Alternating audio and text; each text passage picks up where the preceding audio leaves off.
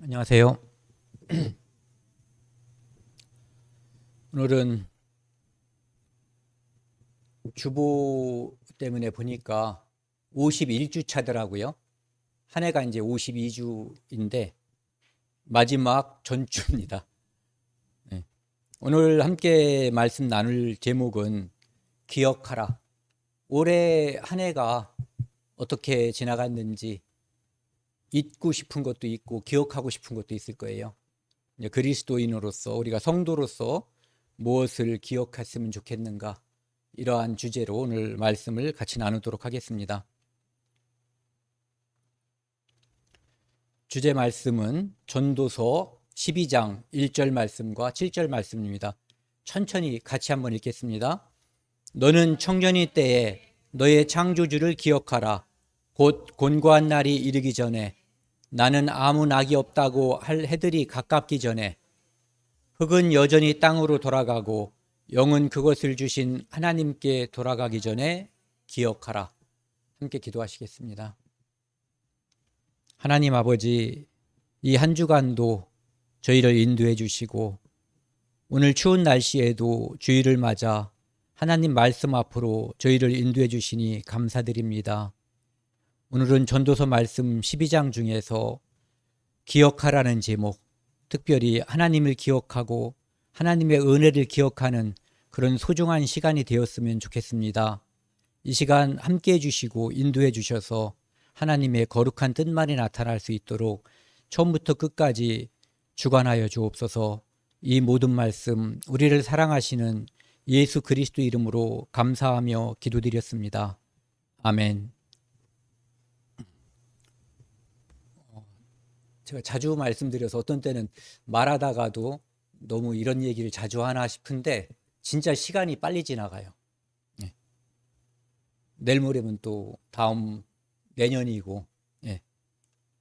오늘 함께 나눌 전도서를 읽으신 분들은 다 그런 거, 주제 말씀이 헛되다, 이걸 먼저 기억할 거예요.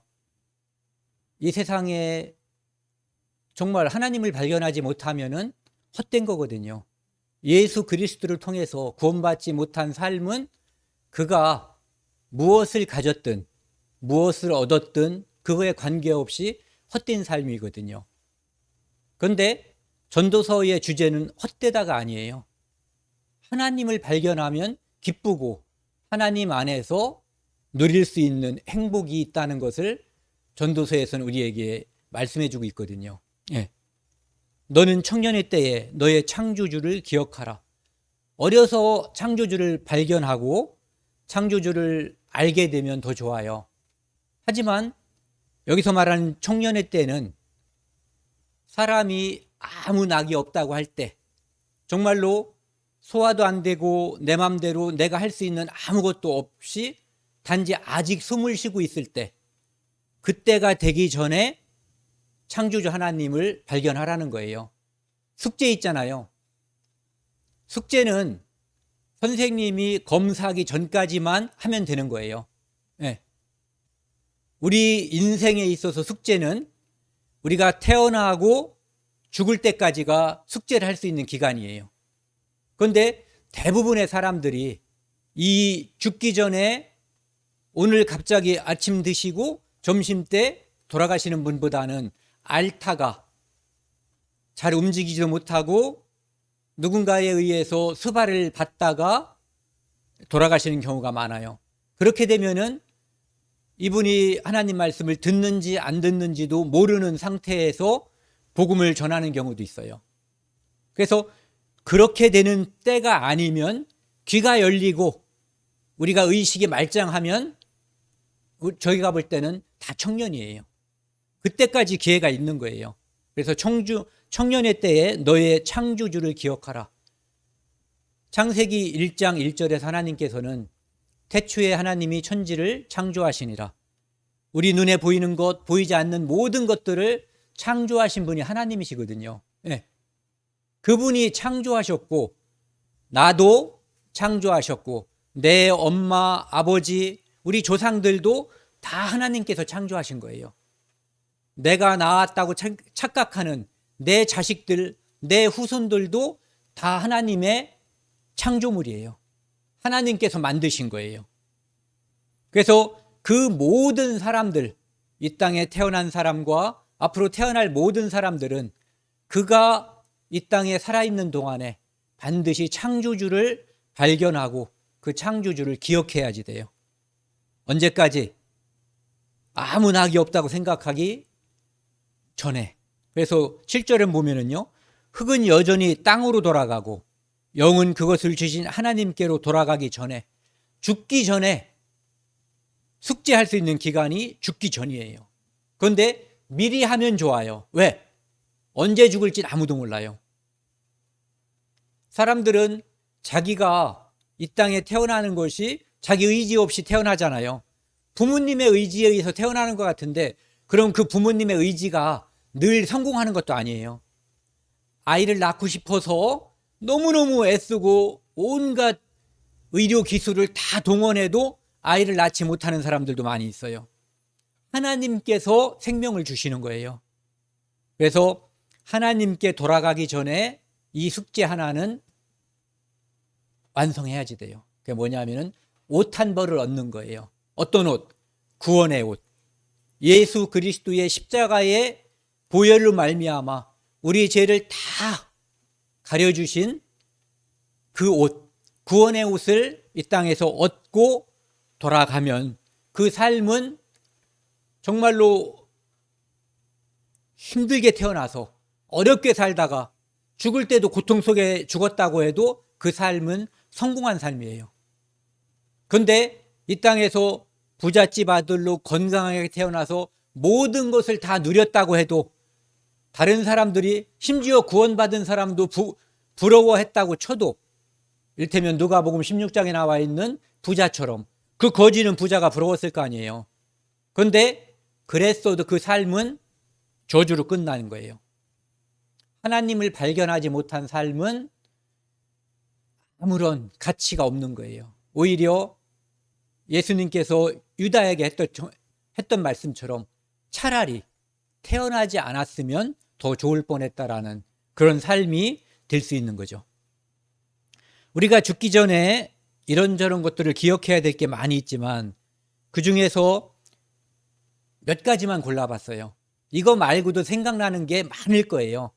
그런 것들을 한번 생각해보는, 지금 오늘도 생각해 볼 수 있고 이해가 가기 전에 그것을 생각해 보면은 은혜가 될 것 같아요.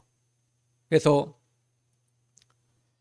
여기 이거 꽃이 무슨 꽃인지 보신 분이 있으세요? 아시는 분? 페랭이? 이름은 많이 들어봤어요. 오늘 제목을 기억해 보면은 잘 생각날 수도 있어요. 물망초예요. 물망초가 나를 잊지 마세요 이런 얘기잖아요. 물자가 이게 하지 말라는, 말하라, 망은 잊는다. 그러니까 잊지 말아요.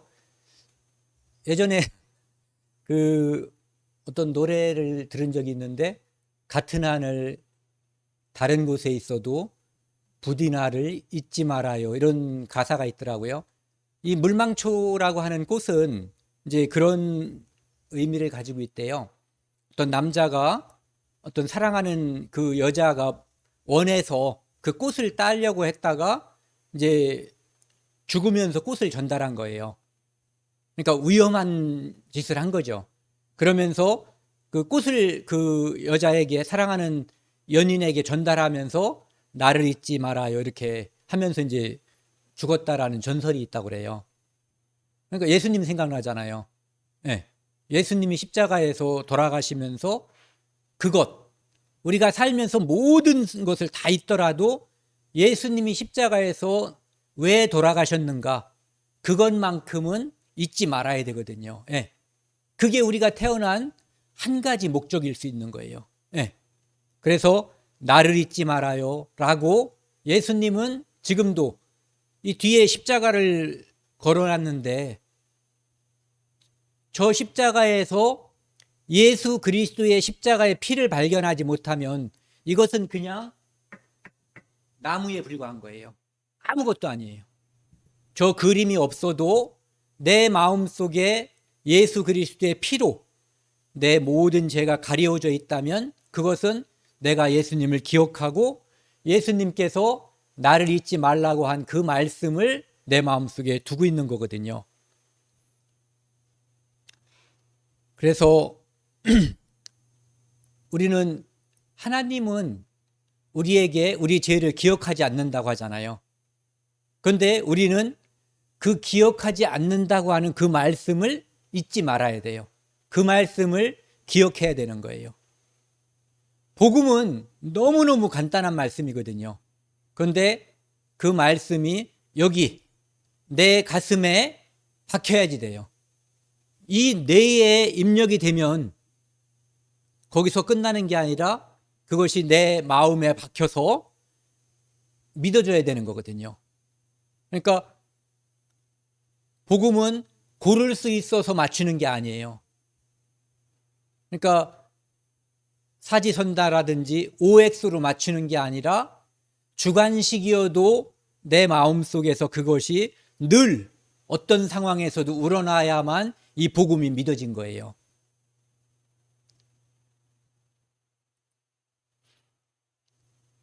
오늘 처음에 말씀드린 것처럼 하나님은 우리가 무엇을 기억해 줬으면 좋을까?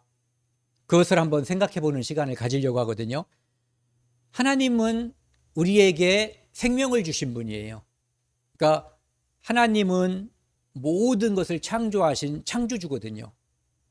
마지막 창조한 피조물이 사람이에요. 그리고 이 사람은 특별히 하나님의 형상을 따라서 만든 피조물이에요. 그래서 우리가 이 세상에 우리 눈으로 보이는 것과 눈으로 보이지 않는 모든 것이 하나님께서 왔다는 것, 그리고 특별히 나를 하나님께서 만드셨다는 것. 그런데 이 사람이 우리 조상이 하나님 앞에 죄를 지음으로 말미암아 하나님으로부터 멀어졌다는 것, 이게 죽음이거든요. 죽음은 육체와 영혼이 분리되는 것, 이거 첫 번째 죽음이에요. 첫 번째 죽음이고요. 두 번째 죽음은 하나님과 영원히 떨어지는 것. 천국은 하나님과 영원히 함께 있는 곳이고 지옥은 하나님과 영원히 떨어지는 곳이에요. 그래서 내 생명이 첫 번째 삶 그리고 거듭나는 삶, 이 두 가지가 다 하나님께로부터 말미암았다라고 하는 것을 아는 것, 하나님은 그것을 기억해 주기를 바라셔요. 왜? 첫 번째 삶을 기억하지 못하면 두 번째 삶을 알 수가 없어요. 왜? 하나님이 모든 것의 생명의 주관자이시고 모든 생명을 만드신 생명의 근원이라는 걸 알 때, 그것은 어떻게 알 수 있냐면 성경을 통해서 알 수 있거든요. 그리고 성경을 통해서 2000년 전에 예수님께서 내게 진정한 영원한 생명을 주기 위해서 십자가에 돌아가셨다는 것을 알 때 우리는 진짜 생명, 영원한 생명, 영생을 얻게 되는 거예요. 그래서 모든 생명의 원천이 하나님께 있다는 것을 우리는 기억해야지 돼요. 진실로 생명의 원천이 주께 있사오니, 그래서 생명은 하나님께 있다. 그래서 욥이라고 하는 사람이 하나님께서 그에게 주었던 모든 것들을 거두어 갈 때 하나님을 원망하지 않고 그래도 하나님께 감사하고 찬양할 수 있었던 이유가 뭐냐면은 그분이 주셨고 그분이 걷어가기 때문에 나머지 삶도 그분이 주관하신다는 것, 모든 삶을 지금까지 주관하셨고 나머지 모든 삶, 거기엔 영생까지 포함되는 거죠. 그것을 그분이 주관하신다는 것을 알고 믿기 때문에 그분을 그 상황에서도 찬양할 수 있었던 거예요. 그러니까 생명의 근원이 하나님께 있다는 것을 우리는 늘 기억해야지 돼요. 그 다음에 두 번째는 나를 구원하신 하나님. 좀 전에 이제 두 번째 삶을 말씀드렸잖아요. 거듭나는 삶. 여기 이 말씀은 이사야 38장 말씀인데요. 히스기야라고 하는 히스기야 익숙하신 분도 있고 잘 모르시는 분도 있을 거예요. 믿음이 좋았던 유다의 왕이에요. 이 사람이 죽을 병이 들었다가 나았을 때, 낳고 나서 하나님께 찬송을 드렸던 그런 내용이에요. 보옵소서, 내게 큰 고통을 더하신 것은 죽을 거라고 생각했어요. 죽는 줄 알았어요. 그런데 하나님의 은혜로 다시 살아난 거예요. 큰 고통을 더하신 것은 내게 평안을 주려 하심이라. 평안은 하나님께서 주시는 평안을 얻지 못하면 어떠한 평안도 있을 수가 없어요. 하나님께서 주시는 평안을 가지고 있으면 이렇게 백척간도라고 그러나요? 이 꼭대기에 올라가 있어도 평안을 누릴 수가 있어요. 왜? 내 죽음을 하나님께서 기뻐하시고 내 죽음이 하나님께 달려있다는 걸 알면 두려워하지 않을 수 있는 거예요. 두렵지 않은 거예요. 주께서 내 영혼을 사랑하사 멸망의 구덩이에서 건지셨고, 히스기야는 죽음에서 살아난 거예요. 내 모든 죄를 주의 등 뒤에 던지셨나이다.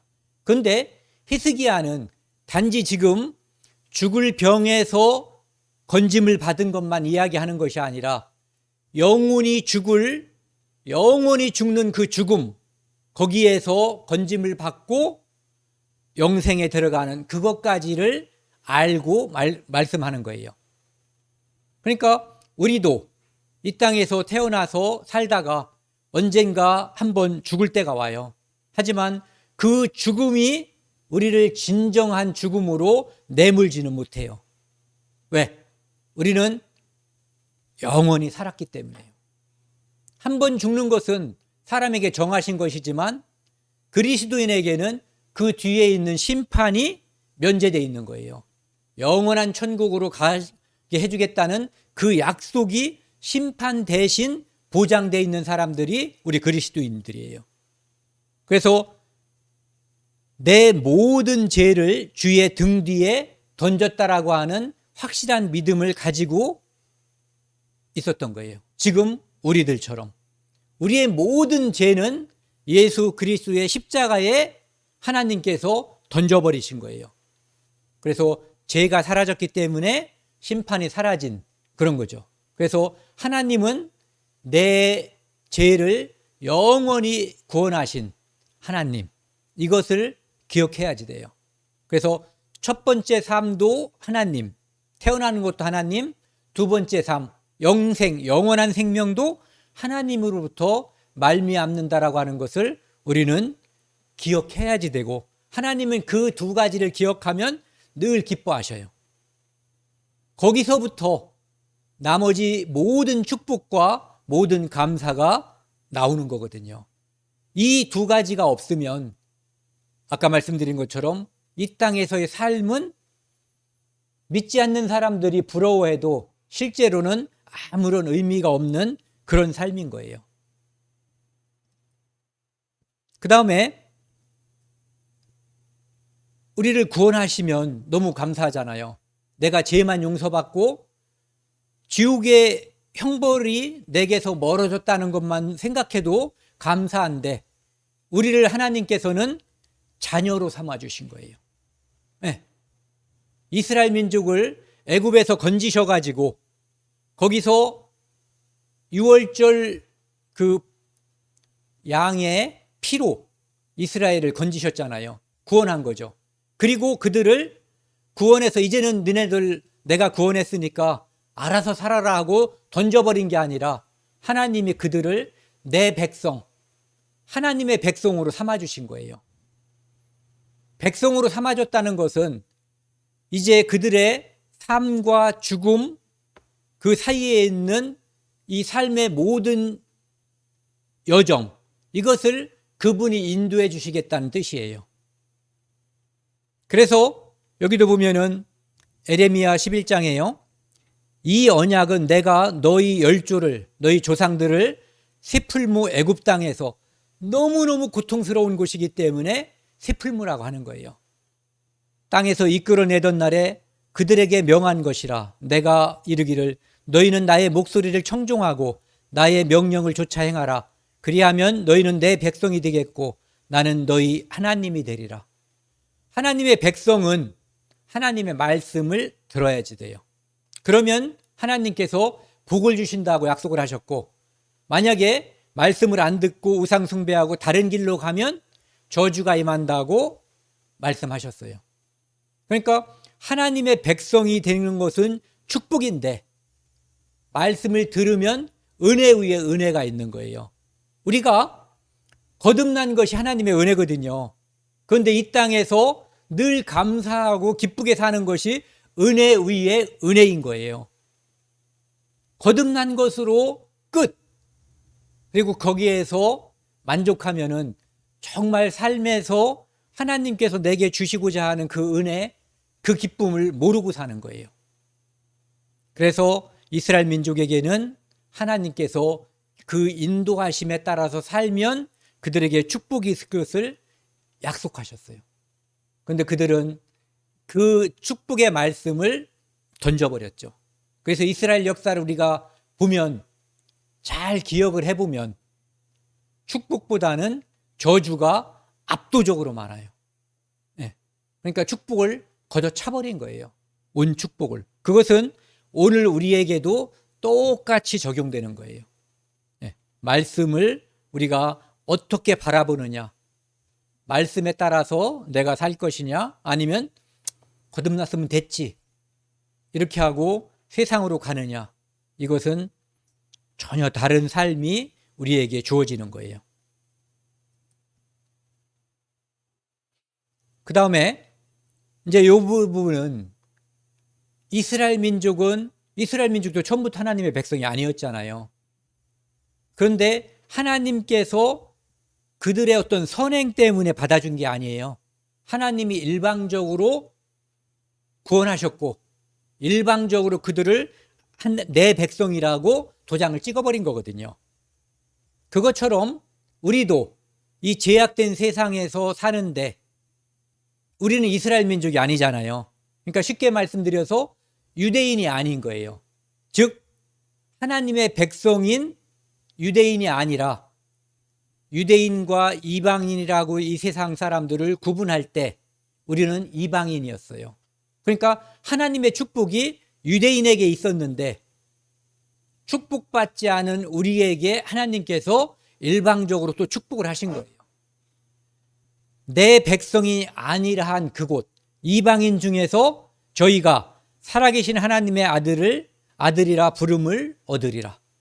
우리는 유대인도 아니고 아브라함의 후손이 아니었는데 하나님께서 우리를 특별히 불러주신 거예요.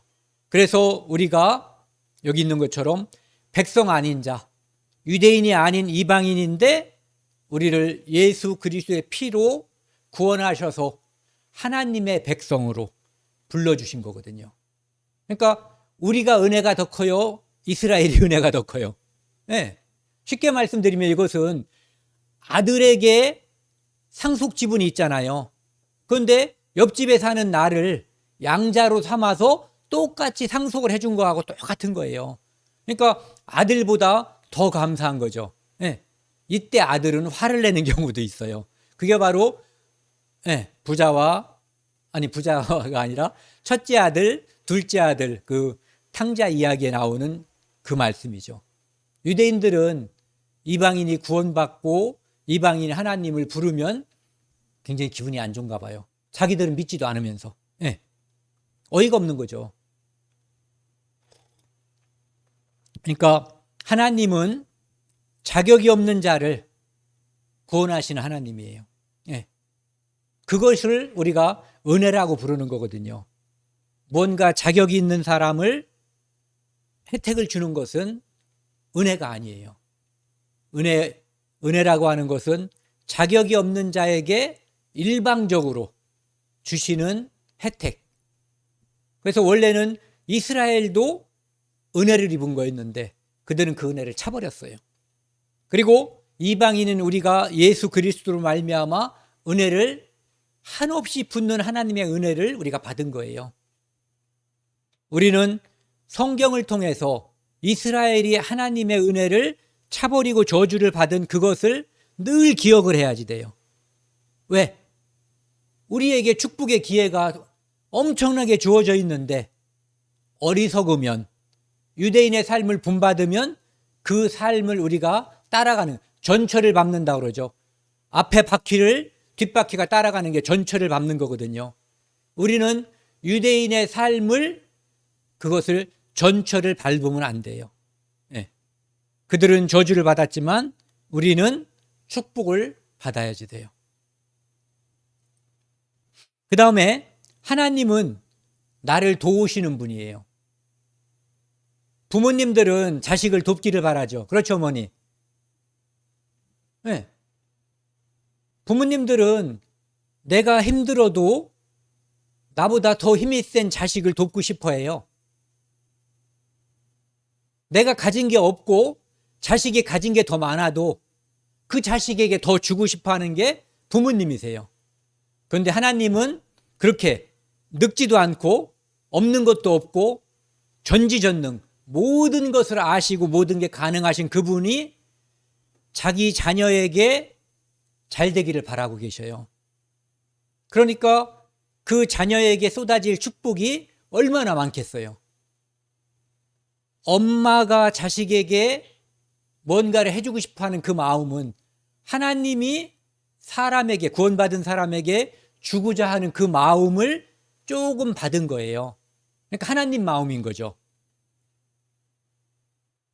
다만 하나님은 능력이 있으시고 우리 부모님들은 능력이 없는 가운데 사랑을 베풀려고 하는 것뿐이에요. 그래서 하나님은 우리를 돕는 분이에요. 누구를? 하나님의 자녀된 자를, 하나님의 백성을 도우시기를 그분이 원해요. 그래서 우리가 이 히브리서 13장 6절 말씀인데요. 그 앞에 말씀이 뭐냐면은 돈을 사랑하지 말고 족한 줄 알라는 거예요. 왜? 하나님께서 너희를 결코 버리지 않는다. 그러니까 그것 때문에 두려워하지 말고, 내가 지금 먹을 게 없는 것, 돈이 없는 것, 아픈 것 때문에 두려워하고 걱정하지 말라는 거예요. 왜? 전지전능하신 하나님께서 그것을 알고 계신다는 거예요. 그러면서 하시는 말씀이에요. 나는 주는 나를 돕는 이시니, 하나님이 우리를 돕는 분이셔요. 그래서 같이 읽겠습니다. 주는부터요. 주는 나를 돕는 이시니 내가 무서워하지 아니하겠노라. 사람이 내게 어찌하리요 하노라. 사람이 무서운 것 같지만 사람은 다 생명이 있어요. 몇 년 살다가 사라지는 존재들이에요. 하나님, 그분만이 영원하시고 그분만이 완전하신 분이에요. 그 영원하시고 완전하신 그 하나님께서 우리를 돕고자 하시는 분이에요. 늘 돕는 분이시고요. 우리 아버지인 거예요. 다 알잖아요. 우리 아버지가 힘이 세면은 자식도 어깨에 힘 들어가잖아요. 네. 그럼 우리는 얼만큼 힘을 넣고 다녀야지 돼요? 실제로는 이게 확 들어가는데 우리가 겸손해서 안 보여주고 있는 것 뿐이죠. 네. 진짜 그걸 있는 그대로 보여주면 봐주지 못할 정도로 힘이 들어갈 거예요. 그 다음에 시편 118편 7절 말씀을 보면은요, 그 하나님은 우리를 돕는 분일 뿐만 아니라 우리의 원수를 우리가 갚지 않게끔, 내가 내 원수를 갚으려면 내가 힘들죠. 미워해야지 되고, 뭐 주먹으로 때려도 상처가 날 수 있고, 잘못하면은 흉기를 쓰면은 감옥에 갈 수 있잖아요. 그러니까 그분께 맡기는 거예요. 시편에 보면은 다윗이 직접 원수 갚지 않고 하나님께 이놈 좀 죽여달라고, 이놈 좀 원수 갚아달라고 하나님께 기도한단 말이에요. 뭐 이런 기도가 있어 생각되잖아요. 그렇죠? 그런데 그 기도가 하나님께서 우리에게 원하시는 기도예요. 우리가 스스로 하지 않고 하나님께 맡기는 거. 이게 믿음이거든요. 믿음의 사람은 하나님이 내 아버지라는 것을 믿고 그분께 맡기는 거예요. 큰일, 작은 일 다. 그래서 이것도 같이 한번 읽겠습니다. 여호와께서 내 편이 되사 나를 돕는 자들 중에 계시니 그러므로 나를 미워하는 자들에게 보응하시는 것을 내가 보리로다. 하나님께서 대신 갚아주시는 거예요. 그러니까 내가 주먹을 쥐거나 내가 몽둥이를 준비할 필요가 없다는 거예요. 내가 준비하면 내가 힘들고 잘못하면 성공해도 감옥 갈 수 있어요. 네. 그러니까 그것을 그분께 맡기라는 거죠. 그래서 원수 갚는 게 내게 있다라고 하나님께서는 말씀하시는 거예요. 그래서 친히 원수를 갚지 말고 진노하심 그분께 맡기라는 거거든요. 이 시편 107편 말씀을 보면은요, 제가 이제 제목을 인도하시는 하나님 이렇게 정했는데요. 하나님은 자식이기 때문에 우리를 이제 의로운 길로 내 삶을 인도하시는 거예요. 이 앞에는 어떤 거냐 하면은 어떤 사람이 바닷가에 사는 사람이라고 볼 때 그 바닷가에 사는 그 사람을 하나님께서 이렇게 이끌어 주시고 인도하신다는 거예요. 이를테면은 어떤 사람이 바다에서 물고기를 잡는데 심한 파도가 일면 두렵겠죠. 파도가 일 거를 알았으면은 그것도 심한 파도라면 안 갔을 거예요. 그런데 모르고 갔는데 사람은 모르잖아요. 모르고 갔는데 정말 집채만한 파도가 이렇게 일렁거린다면 우리는 두려워할 거예요. 그 위험 때문에 그 26절에 있는 것처럼 영혼이 녹을 수도 있어요. 근데 그러니까 너무 힘들고 그러니까 그 배에서 여기저기 비틀거리고 마치 술 취한 사람처럼 정신을 못 차리고 두려워할 수 있는 거죠. 근데 하나님을 부르짖으니까 그분이 듣고 그 고통 속에서 우리를 건져내신다 이거예요. 네. 그리고 그 미친 듯이 불었던 그 바람을 평정하신다는 거죠. 물결이 잔잔하게 한다는 거예요. 그래서 우리에게 평온한 마음을 주시고 우리가 어디로 가고 싶겠어요? 내가 떠나왔던 그 항구, 떠나왔던 그 포구로 돌아가고 싶을 거 아니에요. 그곳으로 나를 인도하신다는 거예요. 소원의 항구, 내가 원하는 그 항구로 다시 인도한다는 거거든요. 우리는 이 땅에서 하나님의 인도하심을 받는 그리스도인이에요. 그분의 자녀예요. 이 세상에는 풍파가 휘몰아칠 수 있어요. 어부가 아니어도 내 삶은 굉장히 힘들 수가 있어요. 건강도 어려울 수도 있고 재정적으로 여러 가지 어려움이 있을 수 있어요. 그런데 그분은 다 듣고 보고 계시고 우리가 그분께 부르짖을 때 그분은 우리 삶에 개입하셔요. 내가 하려고 마음먹으면 그 모든 것을 내가 해야지 돼요. 그런데 그분께 맡기고 의지하면 그분이 주시는 대로, 그분이 이끄시는 대로 가는 거예요. 그런데 이 풍랑을, 이 세상의 거친 파도를 내가 헤쳐가려고 하면은 너무너무 힘들어요. 그분께 맡기면 그분이 소원의 항구로 인도하셔요. 여기 31절은 같이 읽겠습니다. 여호와의 인자하심과 인생에게 행하신 기이한 일을 인하여 그를 찬송할지로다. 생각지도 않았는데 나는 그분께 기도했는데 오늘 당장 그 일이 이루어지지 않아서 나는 그분이 나를 기억하지 않는 줄 알았는데 그분은 나를 눈동자처럼 보호하시고 늘 기억하고 계신 분이에요. 그래서 그분이 하나님의 여호와의 인자하심과 인생에게 행하신 기이한 일, 많은 우리의 삶에서 하나님의 개입이 있지만 그 중에서 가장 중요한 것은 독생자 예수 그리스도를 보내주셔서 우리 삶 자체가 꼬인 그 첫 번째 이유가 죄 때문이잖아요. 그 문제를 해결해 주신 거예요. 그 문제가 해결이 안 되면 어떠한 삶을 누군가가 도와서, 사람이 도와서 모든 삶을 다 인도해주고 돈도 주고 건강을 주는 의사가 있어도 그 삶은 꼬인 삶으로 끝나는 거예요. 그런데 예수 그리스도를 보내주신 그 하나님의 은혜를 내 마음속에 받아들이면 내가 소원의 항구로 가게 되고, 그리고 내 삶이 그분의 인도하심에 따라서 출렁거린다니까요. 하지만 그분이 인도하심을 알기 때문에 파도 높이 내가 올라가 있을 때도 두려움이 없는 거예요. 왜? 그분이 나를 지금 올라가게 했으니까. 망망대해에서 파도를 타는 것과 그거 뭐죠? 바이킹인가? 이것은 프로그램되어 있는 거잖아요. 하지만 안전하다는 믿음 하에 있는 거잖아요. 바로 그런 거예요. 안전하다는 믿음. 하나님이 나를 지금 가장 위험한 상태에 있다고 생각하지만 이분이 나를 지금 여기에서 떠받치고 있고 나를 그 자녀로서 기억하고 있다는 것을 알아야지 되는 거예요. 그것을 기억할 때 우리는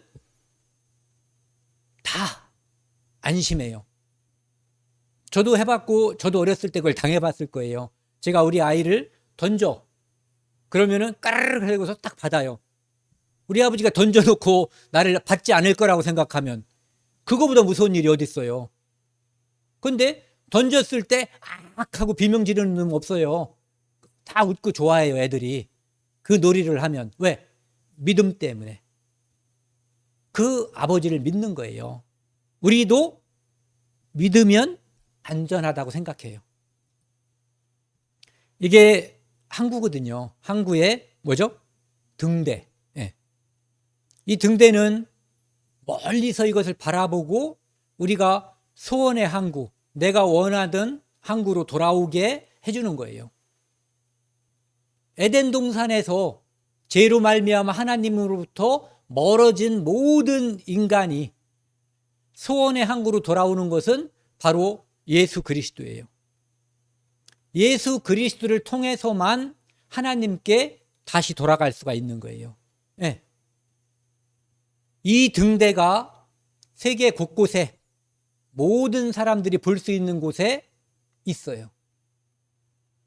교회라고도 부르고 여러 가지 이름으로 부르지만 어쨌든 그 안에 예수 그리스도를 통해서 우리는 이 항구로 돌아가게 돼 있는 거예요.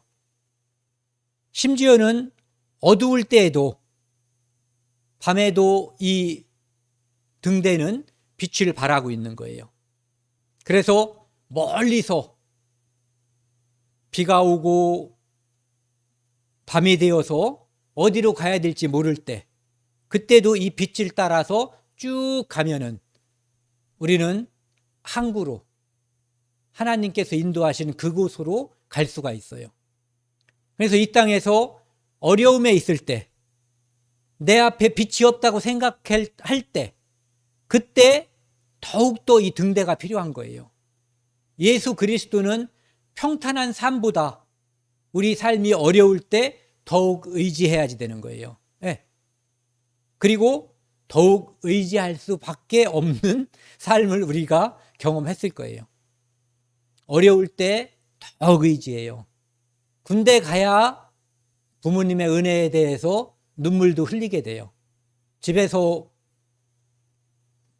면제받았다고 박수치는 애들은 부모님의 은혜에 대해서 생각해 볼 수 있는 그 기회가 많이 없어지는 거예요. 축복이 아니에요.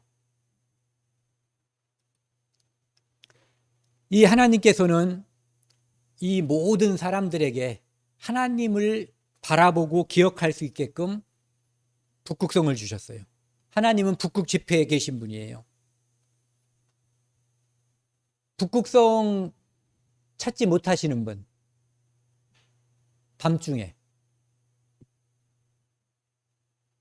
밤중에 아무것도 모르면 못 찾을 수 있는데 북편하늘을 쳐다보고 그 중에서 반짝거리는 것, 더 편하게 찾으려면 이게 북두칠성이거든요.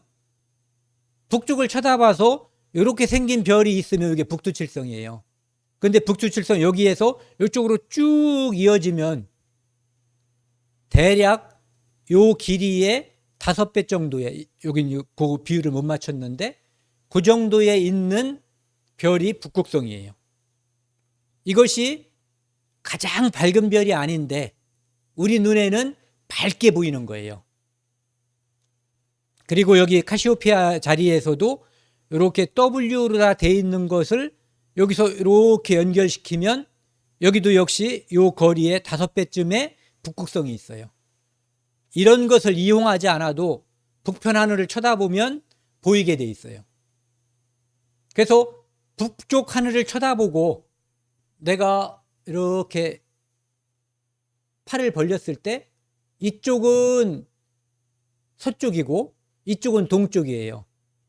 그러면은 여기 하나 남은 것은 남쪽이 되는 거죠.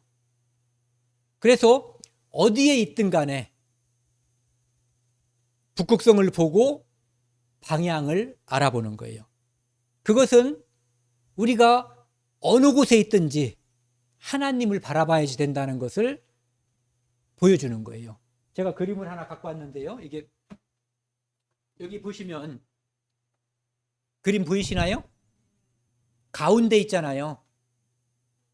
가운데 보시면 별 모양 있죠? 가운데.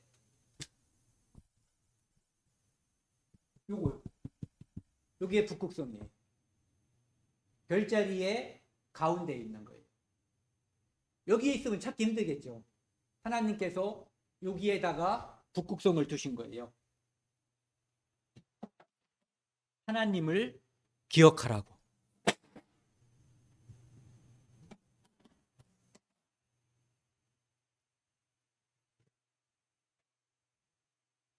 그래서 북극성은 중심이기 때문에 여기 이 사진은 뭐냐면은 별자리를 놓고서 무슨 카메라라고 그러죠? 오랫동안 이거 열어놓은 거예요, 렌즈를.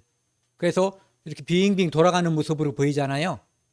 요 가운데가 북극성이 있는 거예요.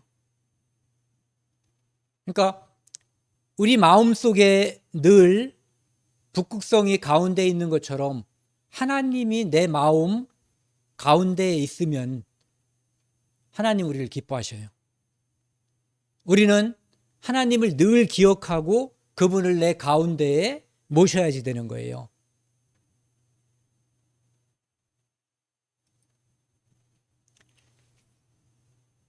이 예전에 들었었는데 또 잊어버렸었거든요. 망년이라는 말도 쓰고 송년이라는 말도 쓰고 그러는데 이게 보면은 지난해에 괴로웠던 것을 잊어버리자는 의미에서의 망년이라고 그러더라고요. 사람은 살면서 어려움이 많이 있잖아요. 이제 털자. 누구 나를 괴롭힌 사람도 털고 내가 누구를 괴롭혔어도 털고 그냥 다 잊어버리자는 거죠. 송년회는 지난해를 보내며 반성하는 자세를 갖는 그런 의미를 더 많이 내포하고 있다고 그래요. 뜻 자체가. 그래서 우리는 앞으로 뭐 이렇게 이런 것을 한다면, 모임을 갖는다면 송년회를 갖는 게 더 좋을 것 같아요. 망년이라는 이름보다도. 그리고 이제 이 망년회는 또 일본식 이름이라고 하더라고요. 그래서 우리가 기억해야 될 것이 무엇이고 잊어야 할 것, 또 잊지 않아야 할 것, 이런 것들을 이제 생각해 보면 좋을 것 같아요. 내가 보내버려야 될 것, 보내서는 안 되고 내 마음속에 늘 간직해야 될 것, 이것을 연말이면 우리가 한 번씩 생각해 봐야 될 것 같아요. 해야 했는데 못한 일, 안 해야 했는데 해버린 일, 이런 일들에 대해서 이제 반성하는 그런 기회를 한 번씩 가지면 좋을 것 같습니다. 전에도 제가 이 시를 인용한 적이 있는데요.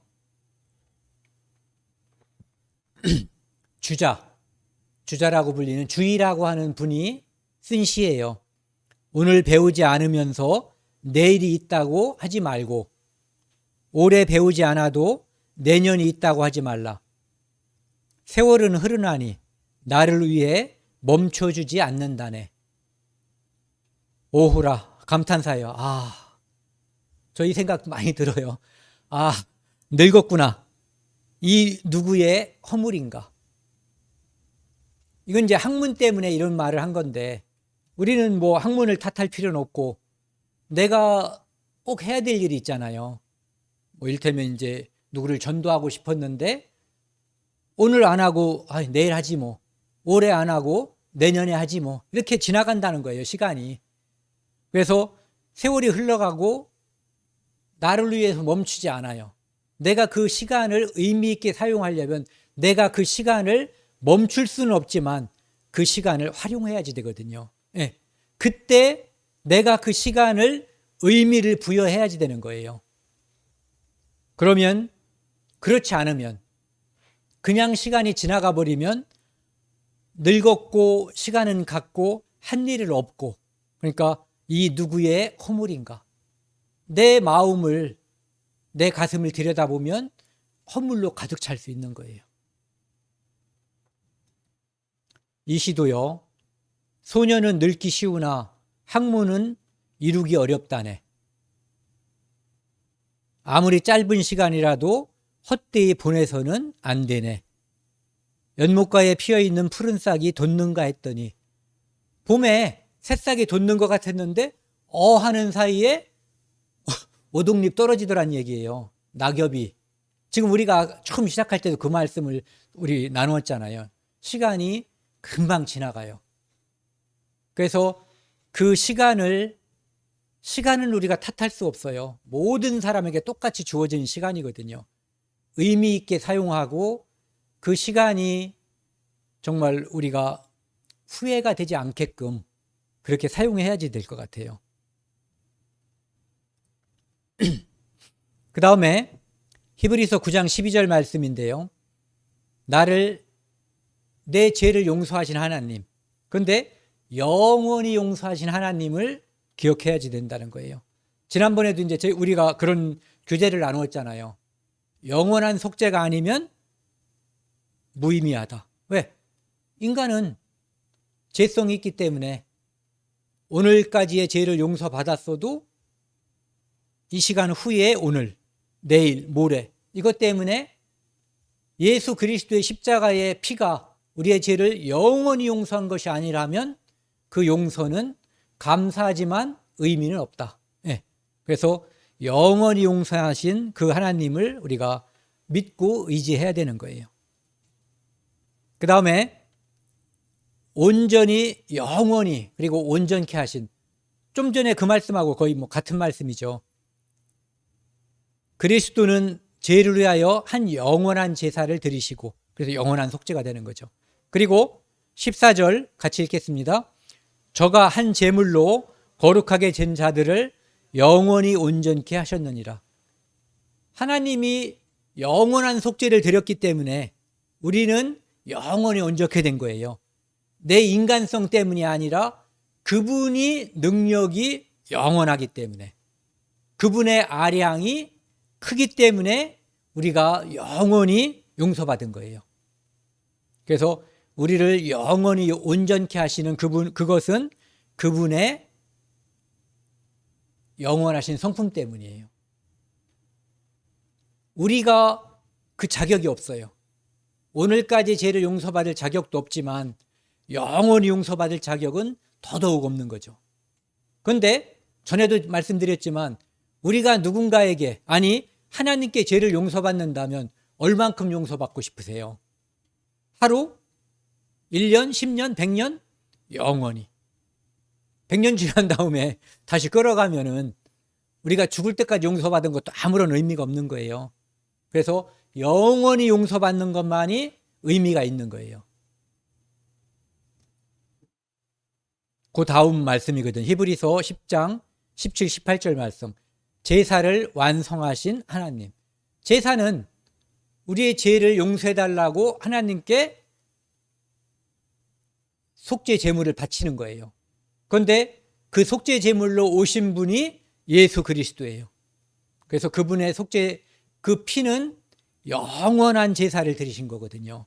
그래서 하나님께서 우리에게 이렇게 약속하셨어요. 17절, 18절 크게 한번 읽어보겠습니다. 또 저희 죄와 저희 불법을 내가 다시 기억하지 아니라 하셨으니 이것을 사하셨은즉 다시 죄를 위하여 제사 드릴 것이 없느니라. 제사를 완성하신 거예요. 늘 말씀드리지만 불완전한 제사는 또 드려야지 되는 거예요. 그래서 1년짜리 제사를 이스라엘에서는 매년 드렸어요. 그런데 예수 그리스도가 대제사장으로서 또 예수 그리스도가 대속 제물로서 한 마리 양으로서 드려진 그 제사는 영원한 제사고 하나님의 제사기 때문에 한 번에 영원히 드려서 완전하기 때문에 다시 드릴 필요가 없는 거예요. 그래서 다시 죄를 위하여 제사 드릴 것이 없느니라. 필요가 없다 이런 얘기예요. 완성됐기 때문에 완전하기 때문에 완전한 것은 보탤 필요가 없죠. 그거 갑자기 생각이 안 나는데 그게 뭐죠? 이렇게 그림을 그리고 한 번 더 활용점점 사족 그렇죠. 뱀 그림을 그렸는데 거기다 다리를 그리면 쓸데없는 거잖아요. 이것은 쓸데없긴 하죠. 우리가 하나님께 다시 죄를 위해서 제사 드릴 것이 없는 우리가 죄를 용서해 주세요 또 제사를 드리고 하는 것은 사족이 아니라 믿지 않는 마음을 표현한 거예요. 그건 불신이에요. 네. 그러니까 사족은 저리 가란 거죠. 오늘 준비한 말씀이 여기까지고요. 그림 하나를 다시 한번요. 목숨을 버려서 사랑한 이야기가 그리고 그 사랑을 잊지 말라고 한 이야기가 꽃말이 된 것이 물망초예요. 나를 잊지 말아요. 좀 전에 여기처럼요. 다시 죄를 위하여 제사 드릴 것이 없다. 그리고 다시 기억하지 않는다. 무엇을? 나의 죄와 나의 불법을. 우리는 그 은혜를 기억하면 되는 거예요. 그분은 우리의 죄를 기억하지 않는다라고 약속해 주신 거예요. 그래서 다시는 제사 드릴 필요가 없다라고 은혜로운 말씀을 약속을 주신 거예요. 우리는 이 약속을 믿는 거예요. 나를 잊지 말아요. 예수님은 우리에게 그렇게 말씀하실 거예요. 우리는 그분을 기억하고 그분이 이 땅에 왜 오셨고 무엇을 하셨는가? 모든 사람의 죄를 대속하기 위해서 오셨고 특별히 내 죄를 영원히 용서했다는 것을 우리 마음속에 잊지 말아야지 돼요. 그분은 잊지 않고 계셔요. 그분은 기억하고 있어요.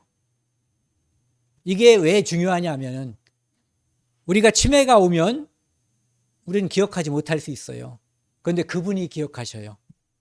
그래서 하나님의 영원한 속죄, 영원한 제사는 안심인 거예요. 왜? 내 능력이 아니라 처음부터 그분의 능력이었기 때문이죠.